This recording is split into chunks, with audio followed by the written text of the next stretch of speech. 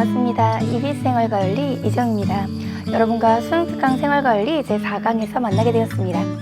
이번 강은요, 윤리 문제에 대한 다양한 접근 두 번째 강입니다. 여러분들이 선생님과 1강부터 이번 네 번째 강까지 전부 다 이어지는 내용을 배우고 계시다고 생각하시면 돼요. 윤리학의 분류로부터 시작해서 그 윤리학 중에 세 가지 윤리학이 있었죠? 규범윤리학, 메타윤리학, 그리고 기술윤리학이 있었잖아요. 그중 다시 규범윤리학 안에 이론규범윤리와 응용규범윤리가 있었잖아요. 그 이론규범윤리 안에 대표적인 내용들을 배우고 있습니다. 자, 이번 강도 시작하면서요, 여러분과 명언 하나 같이 나누고 같이 전반적으로 우리가 지금까지 걸어온 길을 다시 한번 복습한 다음에 우리 의무론적 접근 두 번째 내용으로 가보려고 해요. 자, 이번 강 시작하면서 여러분과 함께 나누고 싶은 명언은 다음과 같습니다. 셰익스피어의 킹 존 리어 5막 2장에 있는 말입니다. 누군가의 소유물이 되기에는, 누군가의 제2인자가 되기에는, 쓸만한 하인이나 도구가 되기에는 나는 너무나도 고귀하게 태어났다라는 말입니다. 여러분들은 선생님과 지난 강에서 칸트를 배웠습니다. 칸트는 인격을 수단화하지 말고 목적으로 대우하라고 얘기했던 학자인데요. 그 칸트의 말이나 이 셰익스피어의 리어 왕에 나와 있는 말이 비슷한 얘기를 하는 것 같습니다. 여러분은 소중한 존재입니다. 다른 누군가의 들러리도 지구상의 한쪽 구석에 찌그러져 있는 작은 존재도 아닌 이 세상의 주인이고 여러분들이 이 세상을 이끌어가는 존재입니다. 선생님 전혀 공감하지 못하겠는데요 라고 생각한다면 지금부터 꼭 깨달으셨으면 좋겠습니다. 여러분들이 지금 수능을 향해 달리는 모든 시간은 여러분이 세상의 주인으로서, 여러분이 세상의 중심으로서 여러분의 세상을 만들어가는 과정입니다. 그걸 깨닫게 되면 이 수능 모든 준비 기간이 힘든 것이 아니라, 소외된 느낌이 드는 것이 아니라 나를 위해, 나를 사랑하는 시간들임을 깨닫게 되는 시간이 올 겁니다. 지금은 제가 하는 말들이 너무 뜬구름 잡는 얘기처럼 들릴 수 있지만 저는 믿습니다. 긍정적인 사람들이 결국 세상을 바꿉니다. 지금까지 세상을 바꿔왔던 건 절대로 비관론자들이 아니라 낙관론자들이었다는 걸, 그리고 여러분들이 그걸 깨닫게 되면 이번 수험 생활에 더 큰 힘을 얻게 될 것이라는 걸 믿습니다. 앞으로 만나게 되는 모든 강에서 여러분들에게 힘나는 얘기들 많이 찾아오겠습니다. 자, 그럼 지금 우리가 가고 있는 길을 잠깐 얘기해 보고요. 진짜 필기로 들어갈 겁니다.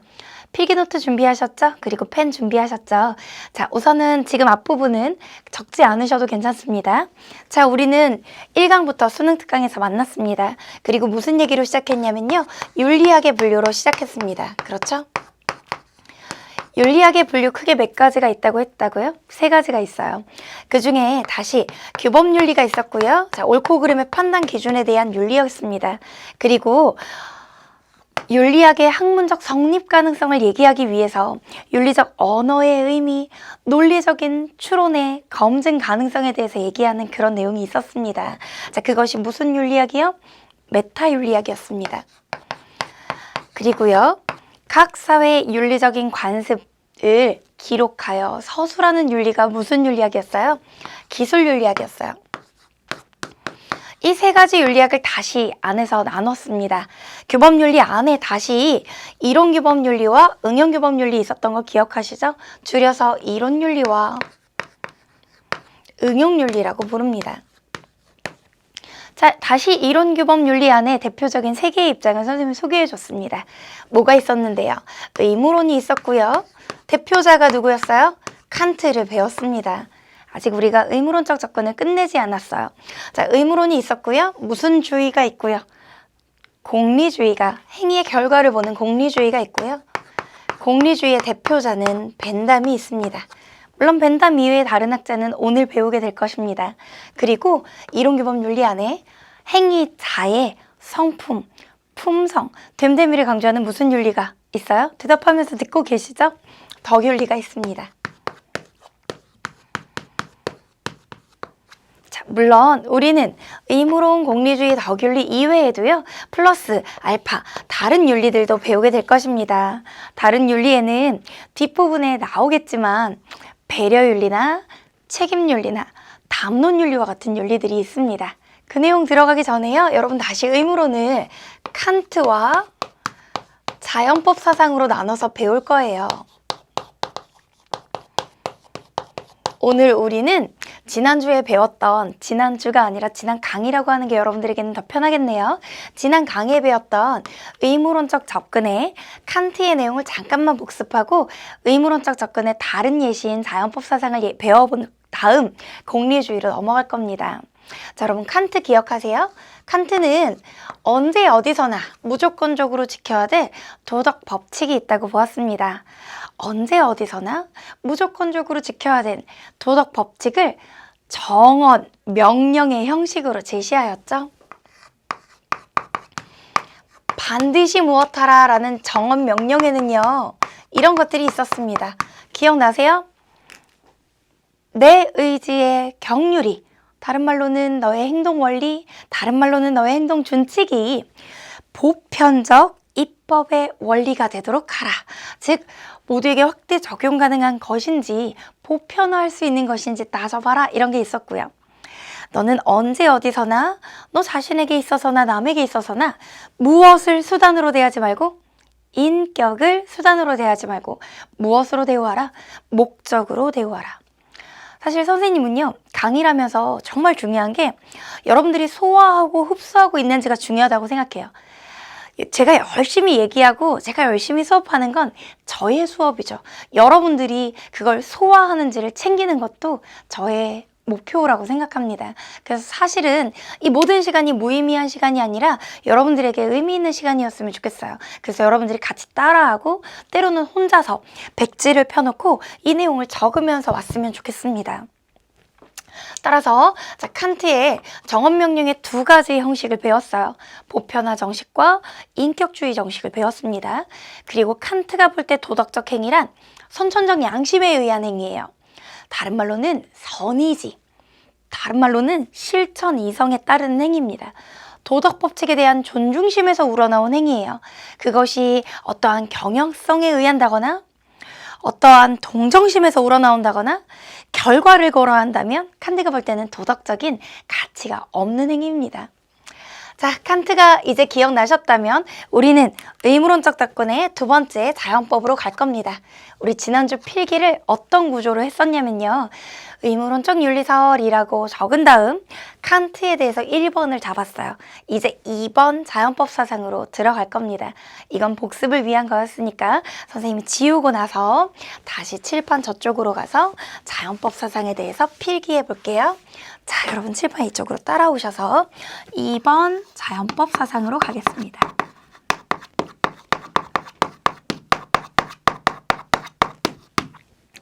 우리는 지금 수능시험장에 들고 갈 나만의 필기노트를 만들고 있습니다. 그리고 이 필기노트는 다른 무엇보다 선생님 자신 있게 얘기할 수 있는 건 지금까지 기출된 선지를 기반으로 한다는 거죠. 평가원이 좋아하는 표현에 우리가 익숙해지는 것도 중요한 표현입니다.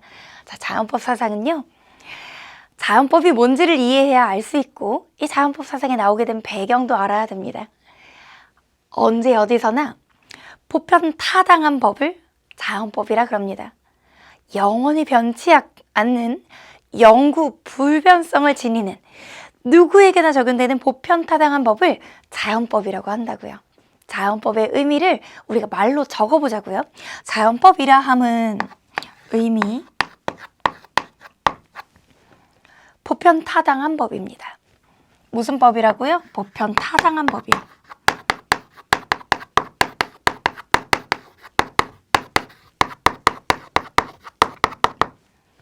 이제 좀 왼손 판서에 적응하셨어요?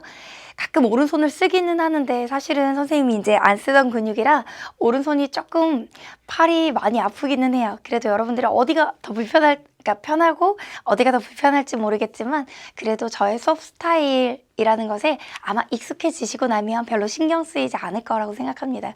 오히려 어떤 학생들은요, 두뇌 골고루 발달한다고 양쪽 손을 다 따라 쓰는 학생들도 있더라고요. 자, 우선은 수업할게요. 자연법이라고 하는 건 보편타당한 법입니다. 언제 어디서나 누구에게나 적용되는 법이라는 뜻입니다. 각 사회마다 다른 법이 아니라 보편타당하고 모든 곳에 적용되는 변치 않는 법이에요. 영구 불변의 법입니다. 영구 불변의 법.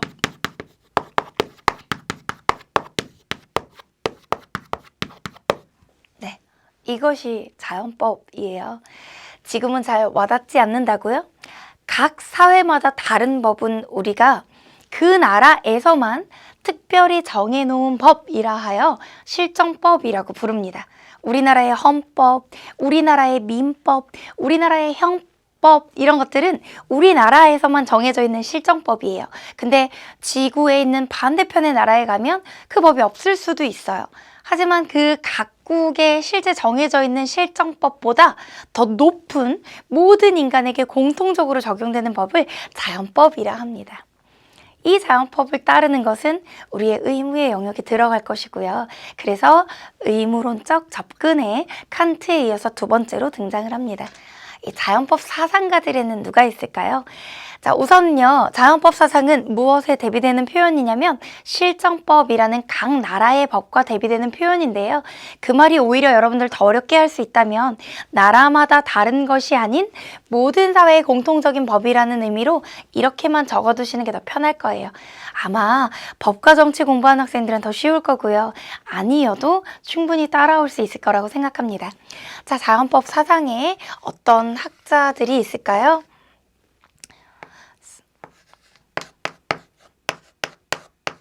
학자 또는 학파로 접근을 해보겠습니다. 자, 기본적으로 자연법 사상하면 가장 대표적으로 고대 스토아 학파라는 서양의 학파를 예시로 듭니다. 고대 스토아 학파.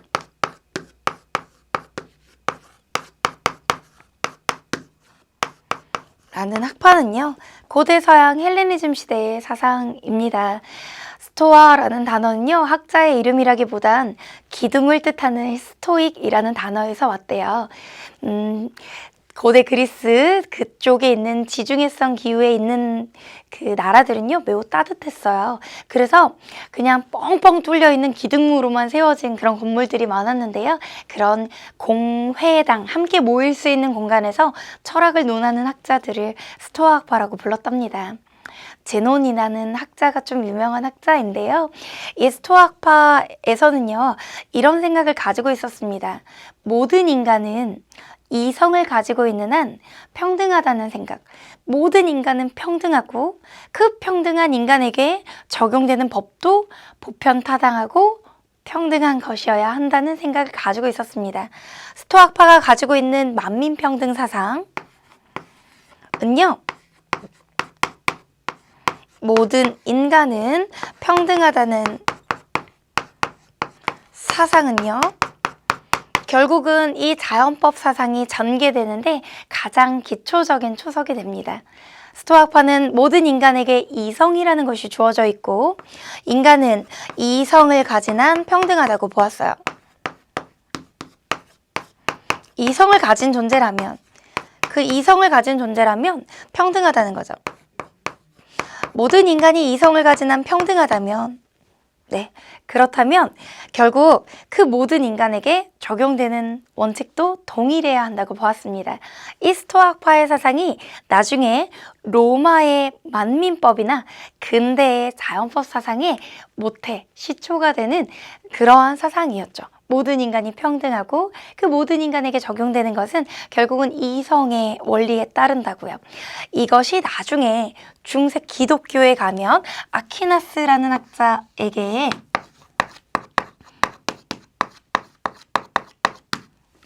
에게서도 발견이 됩니다.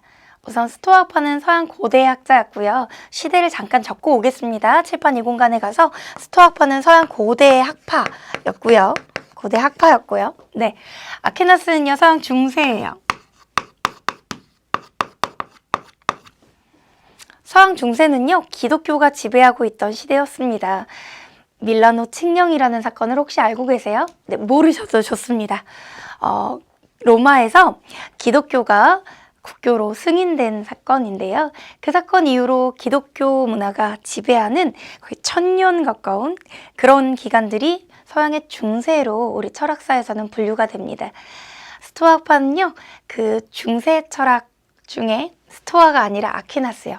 죄송해요. 아퀴나스는요, 그 중세 철학의 가장 대표적인 철학가입니다. 이 아퀴나스는 기독교 사상가였고요. 신의 계율을 따르는 것을 우리의 의무로 보았습니다. 신의 율법, 신의 계율을 따르는 것이 우리의 의무라는 거죠.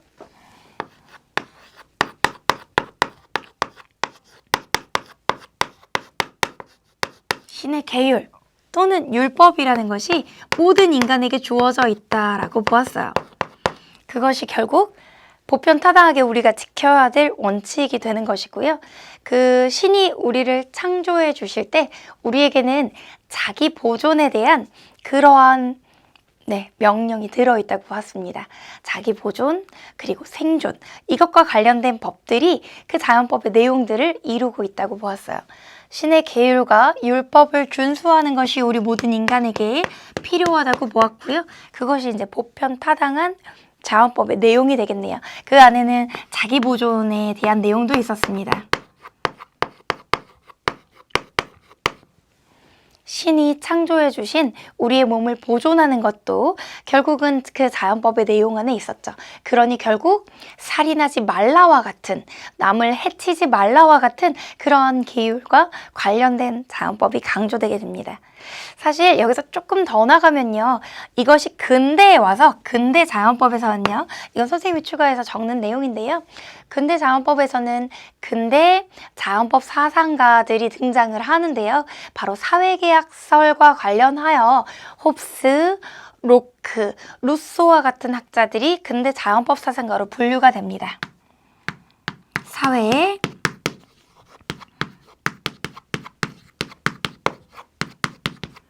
계약설 사상가들이 서양 근대에서 홉스, 로크, 루소와 같은 학자들인데요.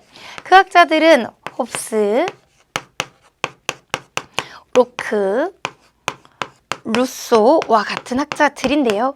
이 학자들은 모든 인간에게는 태어날 때부터 하늘로부터 부여받은 신성 불가침의 권리가 있다고 보았어요. 그걸 다른 말로는 천부인권이라고 합니다. 하늘로부터 부여받은 신성 불가침의 권리요. 이걸 천부인권이라 그래요. 우리의 생명에 대한 권리, 생명권, 재산에 대한 권리, 재산권, 또는 우리의 생명권, 자유권, 재산권, 자유에 대한 권리들, 이런 것들 다 천부인권이에요. 이걸 다른 말로는 자연권이라고도 합니다. 하늘로부터 부여받은 신성 불가침의 권리인 이 천부인권, 다른 말로는 자연권을 보호해야 한다는 것이 자연법의 내용을 이루고 있는 거예요. 살인해서는 안 된다, 도둑질해서는 안 된다와 같은 이러한 자연권을 보호하자는 법률이 결국 우리 모두에게 적용되는, 모든 나라의 모든 인간에게 언제나 적용되는 자연법의 내용을 이루게 됩니다. 자, 다시 한번요, 앞으로 돌아가서요. 자연법 사상은 칸트와 더불어 의무론적 윤리설의 대표적인 사상입니다. 그 자연법 사상에서는 모든 인간에게 언제 어디서나 영구불변하게 적용되는 법을 얘기하고요. 그 자연법 사상은 만민평등 사상을 주장한 스토아 학파로부터 모든 인간이 신의 계율을 똑같이 지켜야 된다고 보는 아퀴나스의 중세 사상을 거쳐 근대 자연법 사상가들로 이어지게 된다는 거예요. 그리고 이 자연법은 우리 모두가 지켜야 될 의무이기 때문에 의무론적 접근의 또 하나의 흐름이 된다는 거죠. 자, 이제 의무론적 접근을 마무리하겠습니다. 이제 새로운 공리주의적 접근으로 가볼까요? 소제목을 새롭게 뽑아보겠습니다.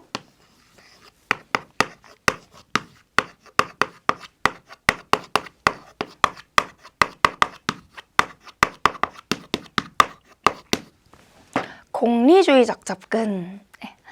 공리주의라고 하는 것은요, 여러분들이 머릿속에 공리하면 어떤 영어 단어가 먼저 떠오를지 모르겠지만 실제 유틸리티라는, 즉 효용성, 유용성을 강조하는 사상을 공리주의라 그럽니다.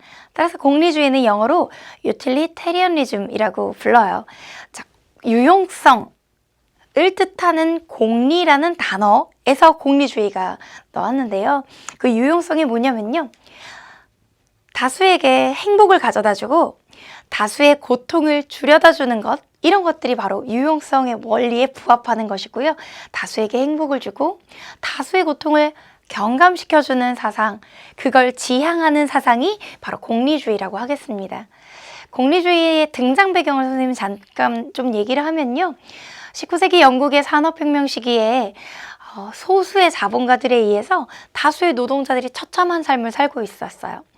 그 다수의 노동자들이 너무 고통스러운 삶을 살고 있는 걸 보면서 최대 다수에게 최대 행복을 가져다주는 그런 사상은 없을까라는 고민에서 시작해서 공리주의가 나왔습니다.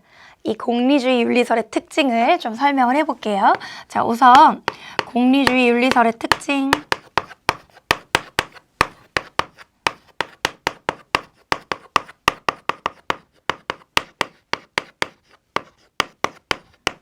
공리주의 윤리설은요, 유용성을 강조합니다. 유용성을 강조합니다. 유용성, 우리 영어로 한 번만 적을게요. 유틸리티를 강조합니다. 근데 유용하다라는 것은요, 다른 말로는 행복을 증진시키고, 어떤 행위가 행복을 증진시키고 사람들에게 행복, 다른 말로는 행복과 쾌락을 증진시키고, 화살표로 그릴게요. 행복과 쾌락을 증진시키고, 그리고 고통을 감소시킨다면, 고통을 감소시킨다면,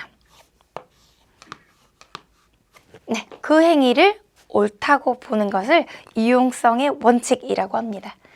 특히 공리주의가 등장했던 시대적 배경 때문에 특정 소수의 자본가에 의해서 다수의 노동자들이 고통스러운 삶을 살고 있으니 그걸 해결하기 위해서 최대 다수의 최대 행복을 가져다주는 윤리 원칙에 따라 판단하자.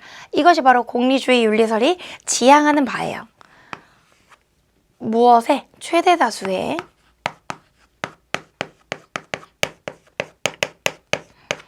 최대 다수에게 최대 행복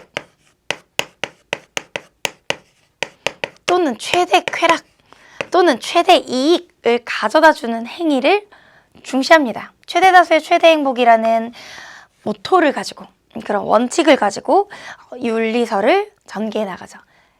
그것이 도덕의 가장 중요한 원리가 되어야 한다고 보고, 그것이 법률을 만드는 데도 중요해야 된다고 봅니다. 이걸 최대 다수의 최대 행복을 도덕과 입법의 원리로 보는 겁니다.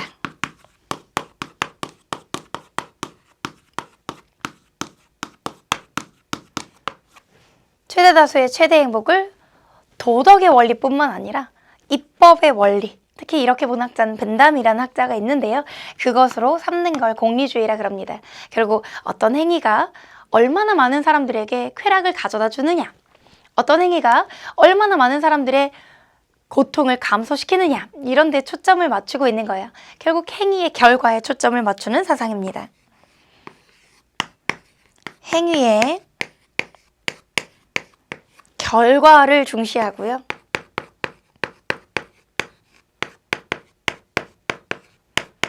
우리는 이 행위의 결과를 중시하는 걸 다른 말로는 결과론적 윤리설이라고 부르기도 합니다.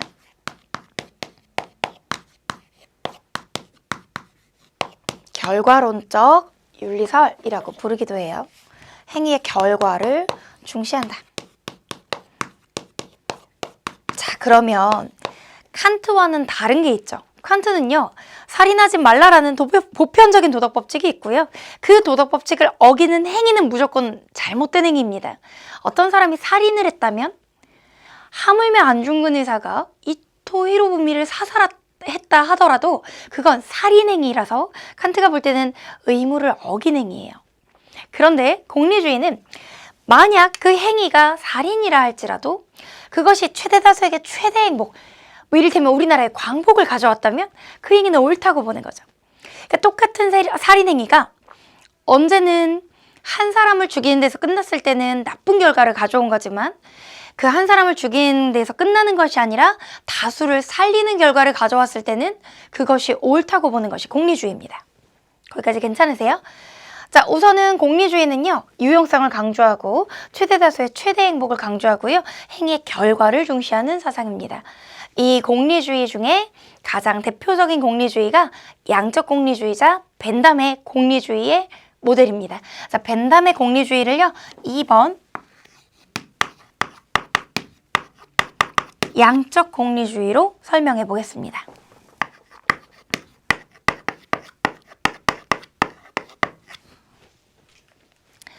벤담은요, 양적 공리주의라는 주장을 하는데요. 이 양적 공리주의가 어떻게 나오게 된 것이냐면요. 우선 대표자 벤담입니다. 벤담이 이렇게 얘기해요. 모든 쾌락의 종류는 한 종류이다. 모든 쾌락의 종류는 한 종류이다. 우리가 책을 읽거나 시를 읽으면서 느껴지는 쾌락과 즐겁게 놀이를 할 때 느껴지는 쾌락은 질적으로 동일하다고요. 지금 벤담이 뭐라 그랬어요? 쾌락은 몇 가지 종류래요? 한 종류래요. 쾌락은 한 종류래요.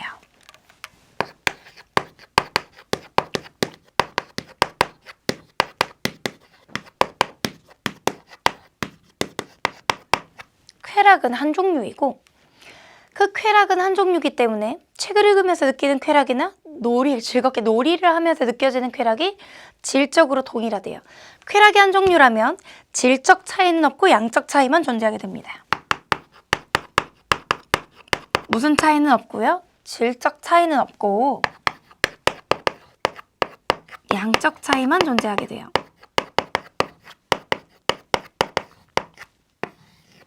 그러니 우리가 어떤 윤리 판단을 할 때 이 행위가 옳은 것인가 옳지 않은 것인가를 결정할 때요, 얼마나 쾌락의 양이 많은가 쾌락의 양이 적은가를 계산하면 된답니다.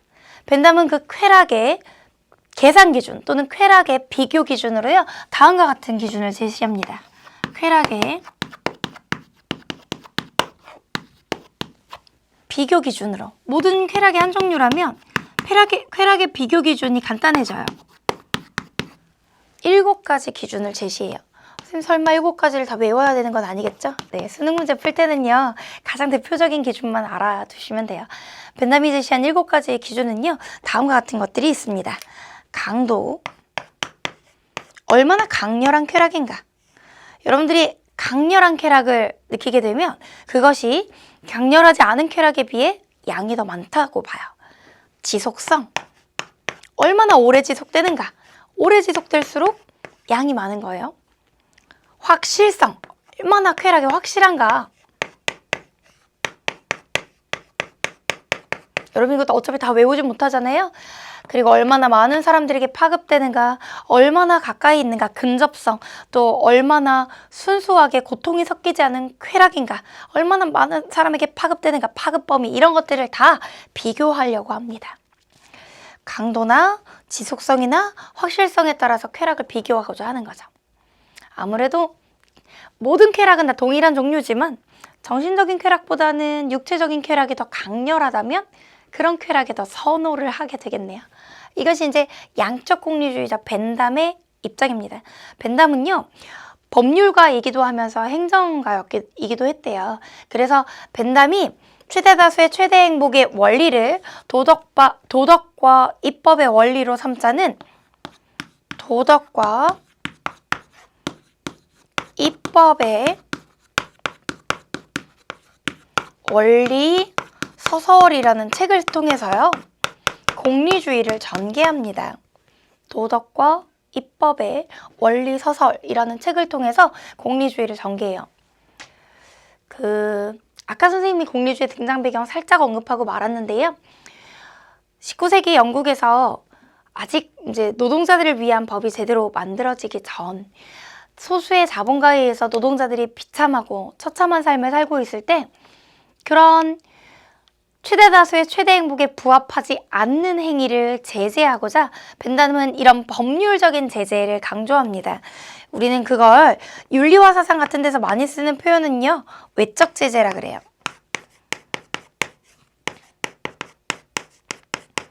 외적 제재라고 하는 것은요, 법률적이거나 종교적인 제재를 통해서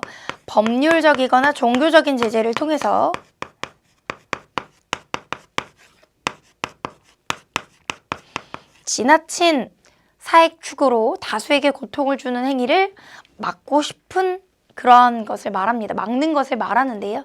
벤담이 입법과 법률을 강조했던 건 벤담이 입법가였기 때문이었다는 그 배경 지식도 분명히 필요가 있는 내용이겠네요. 자, 우선은 양적 공리주의 벤담에 비해 조금 다른 주장을 한 입장이 있습니다. 바로 질적 공리주의자 밀인데요.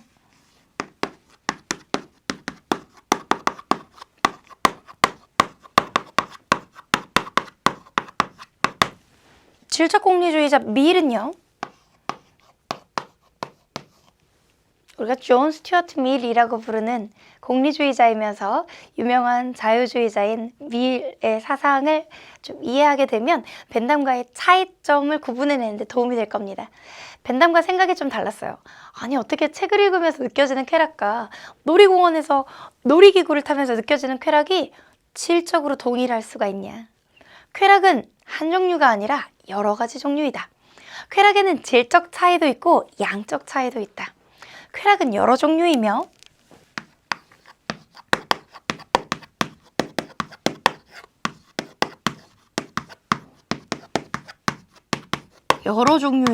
무슨 차이뿐만 아니라 질적 차이뿐만 아니라 양적 차이도 존재한다고요.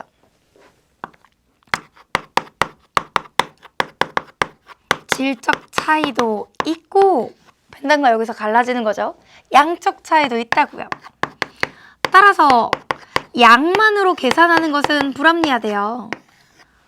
질적인 차이도 분명히 고려를 해야 된다는 거예요.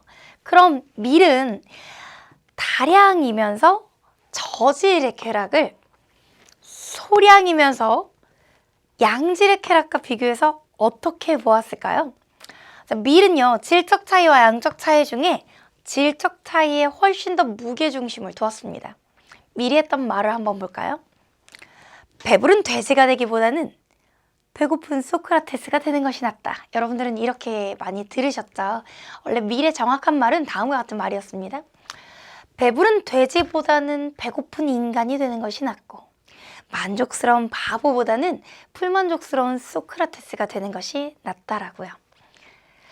받아 적고 있으신가요? 선생님이 수업에 아마 적응을 못 하셨나 봐요. 선생님이 모든 얘기는 다 받아 적으실 필요가 없어요. 왜냐면 쌤이 다 적어줘요. 여러분들은 제가 얘기할 때는 이해하시고 같이 중얼중얼 따라오시면 되고요. 중요한 표현들은 같이 적을 거예요. 물론 네, 저 필기 좋아합니다. 유명한 필기 덕후입니다. 하지만 여러분들도 완성되어가는 노트를 보다 보면 그것이 기억에 오래 남는 걸 알게 될 거예요. 저도 스토리텔링식의 수업 좋아해요. 여러분들과 대학 교양 수업하듯이 수업하는 거 참 멋지다고 생각합니다. 하지만 제가 수험생들을 가르치다 보니 여러분 탐구 영역만 공부하는 게 아니잖아요. 국영수도 하잖아요. 그러다 보니 들을 때는 즐거워도 결국 적지 않으면 남지 않더라고요. 같이 적으려고요. 미리 뭐라 그랬다고요? 배부른 돼지가 되기보다는 배고픈 인간이 되는 것이 낫대요. 배부른 돼지가 되기보다는 뭐가 낫다고요? 배고픈 인간이 되는 것이 낫대요.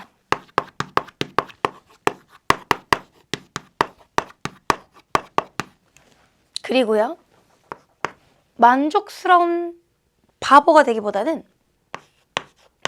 줄여서 적겠습니다. 만족스러운 바보가 되기보다는 불만족스러운 소크라테스가 되는 것이 낫다고요.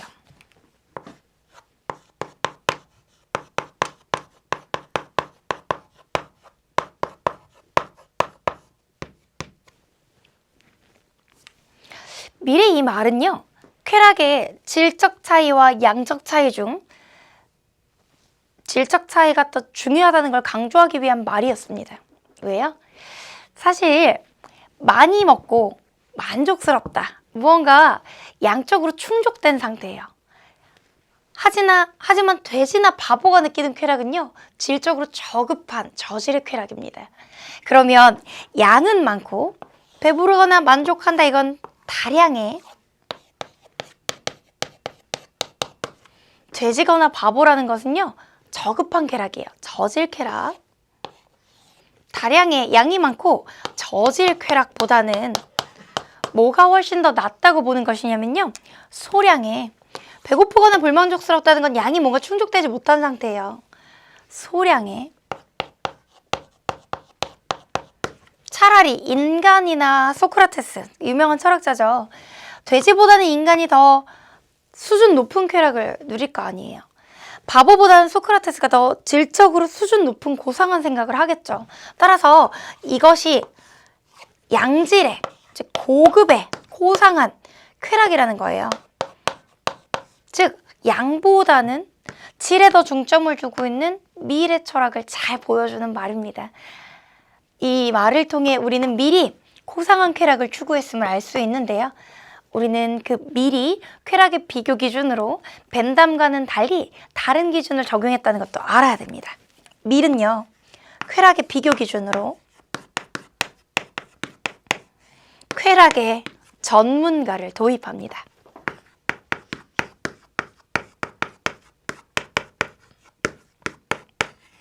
밀의 표현에 따르면요, 세상에 존재하는 모든 종류의 쾌락을 다 경험해 본 자라면, 선생님 볼 때는 막 모든 종류의 쾌락을 다 경험해봤다 그러면 무언가 이렇게 사람인 것 같아요. 근데 밀은 그렇게 표현하는 거예요.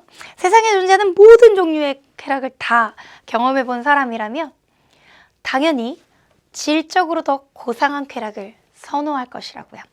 쾌락의 전문가를 도입해서 이 쾌락의 전문가가 질적으로 더 수준 높은 고상한 쾌락을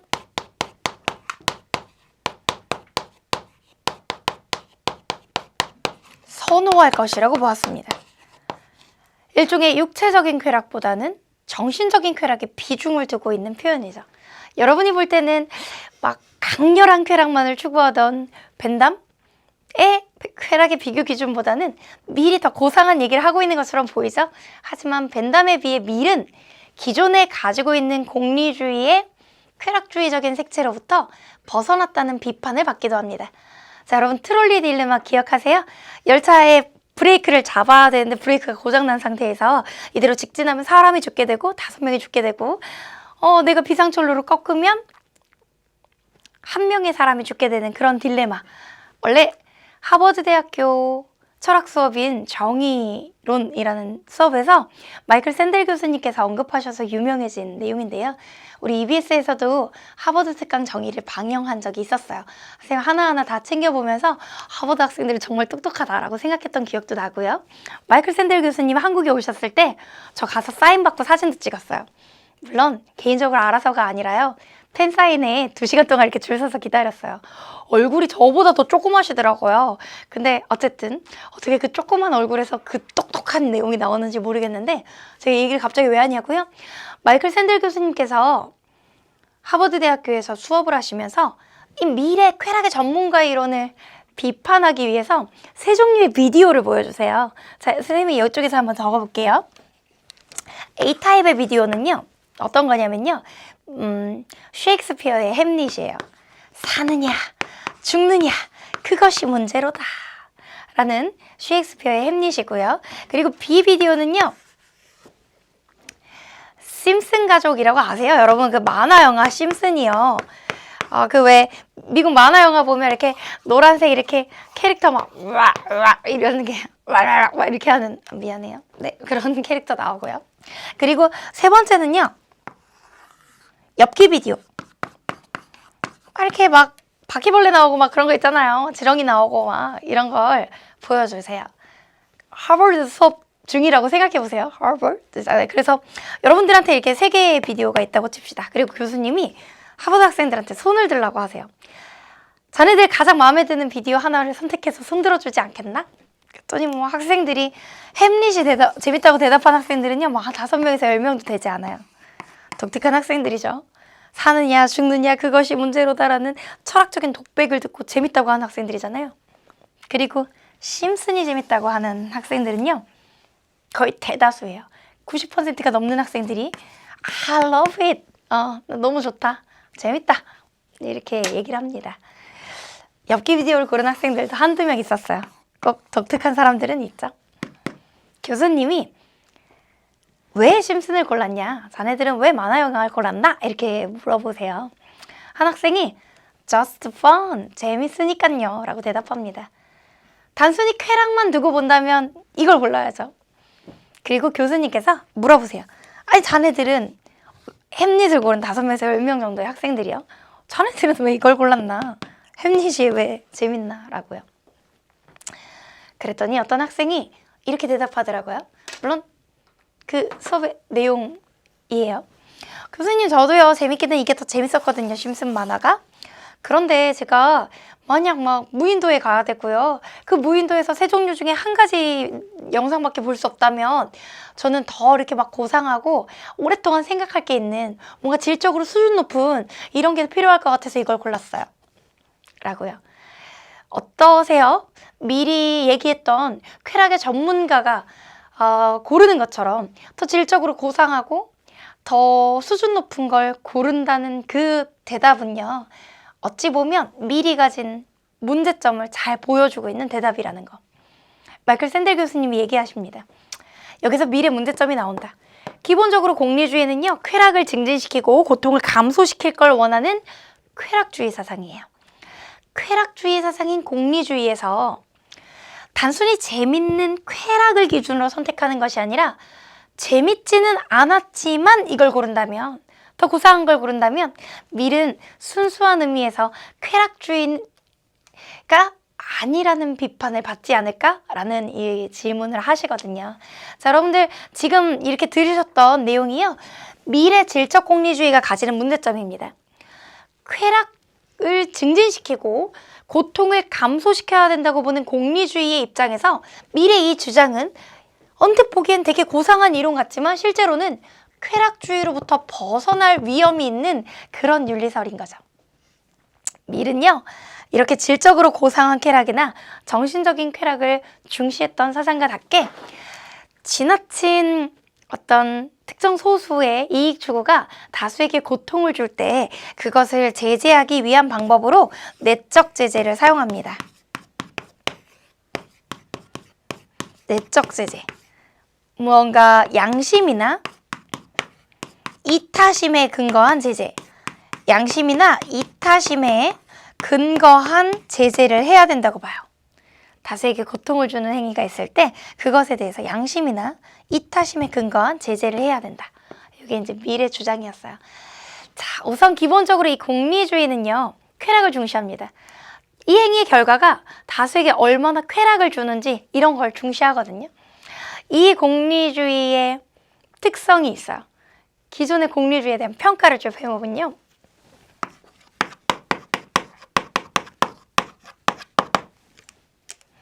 행위의 결과를 중시하다 보니 때로는 그 결과가 좋다면 어떠한 수단도 허용할 수 있는가라는 비난이 생길 여지가 있습니다. 다시요. 행위의 결과를 중시하다 보니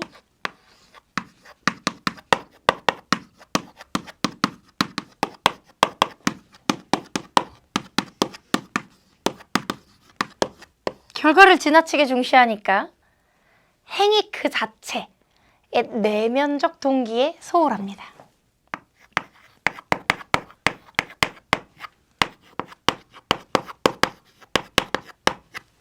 행위 그 자체에 대한 고찰.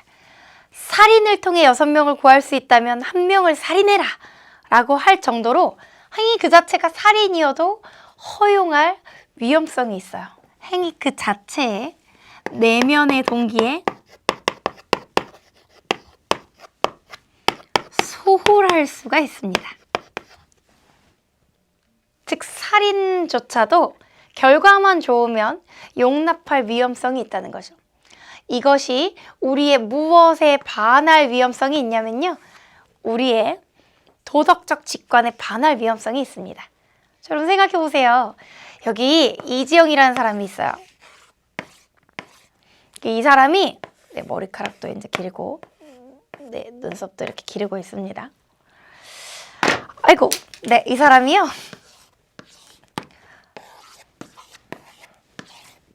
ABCD라는 사람에게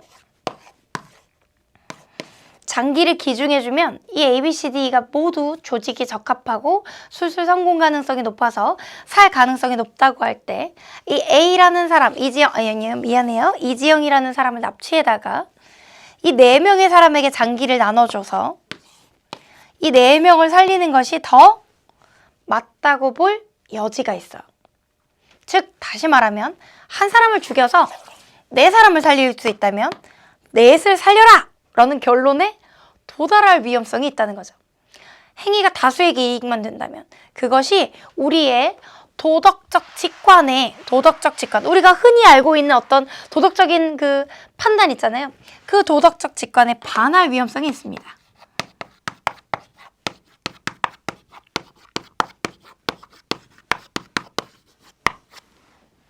도덕적 직관에 위배될 가능성이 있어요. 분필을 잠시 가져올게요.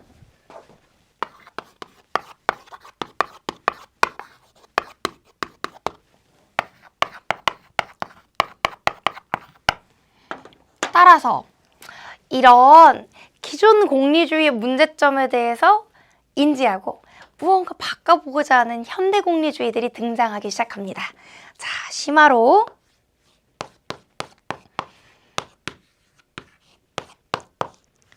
우리가 지금까지 쭉 얘기해왔던 건 기존 공리주의, 즉 고전적인 공리주의에 대한 논의인데요. 이 고전적 공리주의에 대한 논의를 행위공리주의 대 규칙공리주의로 전개하는 사상이 있어요.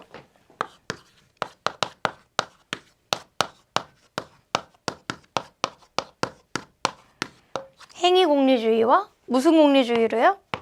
규칙공리주의로.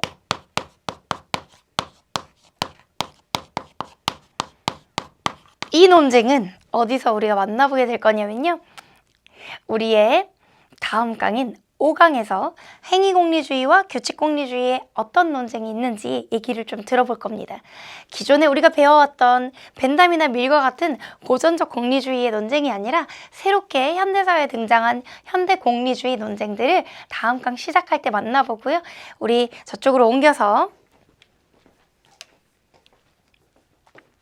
우리가 1강에서부터 얘기했었던 칸트의 의무론적 접근, 벤담의 공리주의적 접근 말고 아리스토텔레스와 같은 학자의 덕윤리적 접근도, 그리고 또 새로운 윤리설들도 다음 5강에서 만나보게 될 거예요. 자, 우리는 이론규범 윤리학을 배우고 있습니다. 그중 의무론과 공리주의적 접근을 배웠고요. 공리주의 후반부와 덕윤리, 그리고 나머지 윤리들을 다음 강 윤리 문제에 대한 다양한 접근 3번째 시간에 만나보도록 하겠습니다. 여러분 정말 수고하셨고요. 필기 잘 따라오면서 오고 계시죠? 다음 강에서 더 재밌는 얘기로 찾아올게요.